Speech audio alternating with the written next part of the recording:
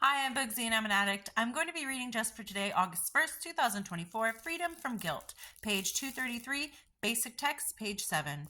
Our addiction enslaved us. We were prisoners of our own mind and were condemned by our own guilt. Guilt is one of the most commonly encountered stumbling blocks in recovery.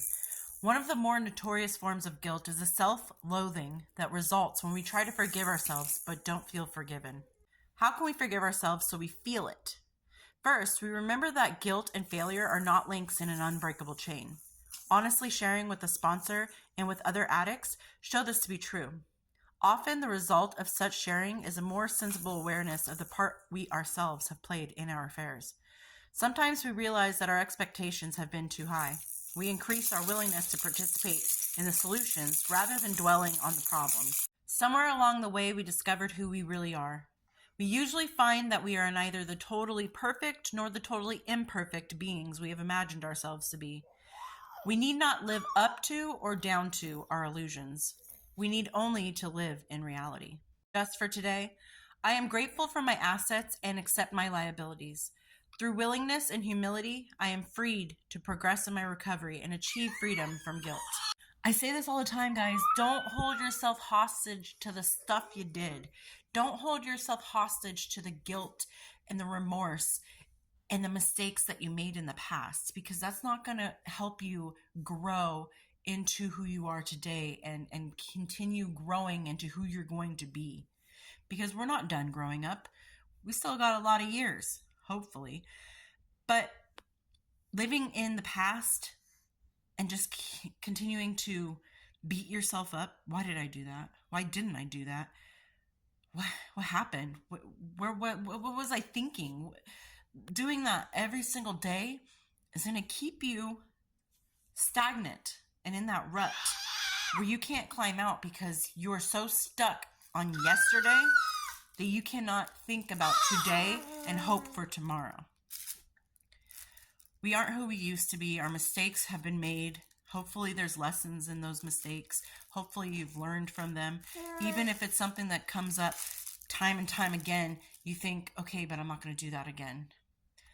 Trust me, I live every single day thinking about my daughters and how I wasn't there for them. And I remember things that they've said or done and things that I've said and done. And I wonder, like, why did I do that? Why didn't I just go play with them? Why did I always tell them in a minute? Later, not right now. And it kills me because I can't go back and fix that. I can't change that memory that they have of me, but I can change the way I react now. And I'm blessed enough to have had a second chance. And I know that the next time that my baby says, can I play with you? Or can you play with me? Or can we do this? If I say in a minute, it's going to be in a minute. If I say not right now, it's going to be later. And if it's not right now, it will happen. I need to remind myself that I can't hold myself hostage to the guilt that I hold, because my past molded the future that I am today, the person I am today, but it doesn't have to be in charge of who I am today. Does that make sense?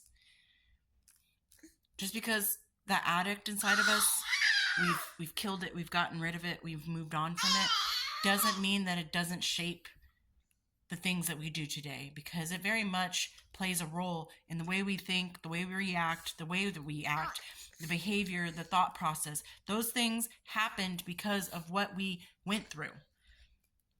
But we don't have to live in that remorse and in that darkness and continuously beat ourselves up because, but I did this. I shouldn't have done that. Okay, maybe that's true. But you're not doing this and that right now. Be easy on yourself. Guilt is something that's natural. Everybody has guilt. Everybody. Addict or no addict. Everybody has guilt. But if you live in that guilt, it's just going to destroy you from the inside out.